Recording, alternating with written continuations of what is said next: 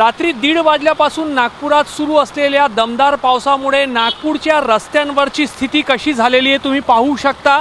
ही नदी वाहत नाही आहे, तर नागपूरच्या रस्त्यांवरून आणि नागपूरच्या काही फुटपाथांवरून अशा पद्धतीने पावसाचा पाणी जो आहे तो वाहतोय। सध्या आम्ही बाजीप्रभू नगरच्या जवळ आहोत आणि बाजीप्रभू नगर काहीसा उंचीवर बसलेला आहे आणि दुसऱ्या बाजूला म्हणजेच विरुद्ध दिशेला रामनगर आहे। तिथली उंची जी आहे ती काहीशी कमी आहे आणि त्यामुळे उंच भागातून सखल भागाकडे अशा पद्धतीने पाणी जो आहे तो नदी स्वरूपात वाहतोय। खरं पाहिलं तर या ठिकाणी महानगरपालिकेची नाली आणि सीवर लाईन आहे, मात्र त्याची स्वच्छता नीट पद्धतीने न करण्यात आल्यामुळे त्याच्यामध्ये मोठ्या प्रमाणावर कचरा अडकलेला आहे आणि त्यामुळे पाणी जो आहे तो अशा पद्धतीने बाहेर फुटपाथ आणि रस्त्यावरून वाहतोय।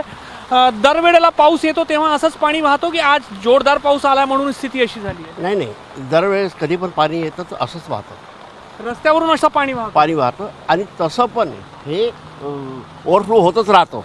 पाऊस येऊ की ना येऊ हे ओव्हरफ्लो होतच राहतो।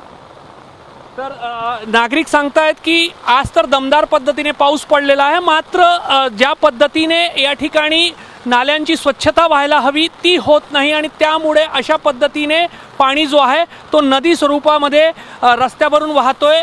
माझे कॅमेरामॅन तुम्हाला दृश्य दाखवतील या ठिकाणी कशा पद्धतीने नालीमध्ये मोठ्या प्रमाणावर कचरा जो आहे तो पाण्याच्या प्रवाहासोबत येऊन अडकलेला आहे आणि त्यामुळे पावसाचा पाणी जो आहे तो नालीतून सीवर लाईनमधून आतमध्ये अंडरग्राऊंड वाहण्याऐवजी अशा पद्धतीने रस्त्यावरून आणि फुटपाथावरून वाहतोय। नागपुरात रात्री 1:30 वाजता जोरदार पद्धतीने पावसाला सुरुवात झाली होती। गेले 2 दिवस पावसाची संततधार कायम आहे आणि त्यामुळे आज तिसऱ्या दिवशीच्या सकाळी नागपूरकरांना काहीशा अडचणींना सामोरं जावं लागतंय। कॅमेरामॅन अतुल हिरडेसह रजत वशिष्ठ, एबीपी माझा, नागपूर। एबीपी माझा, उघडा डोळे बघा नीट।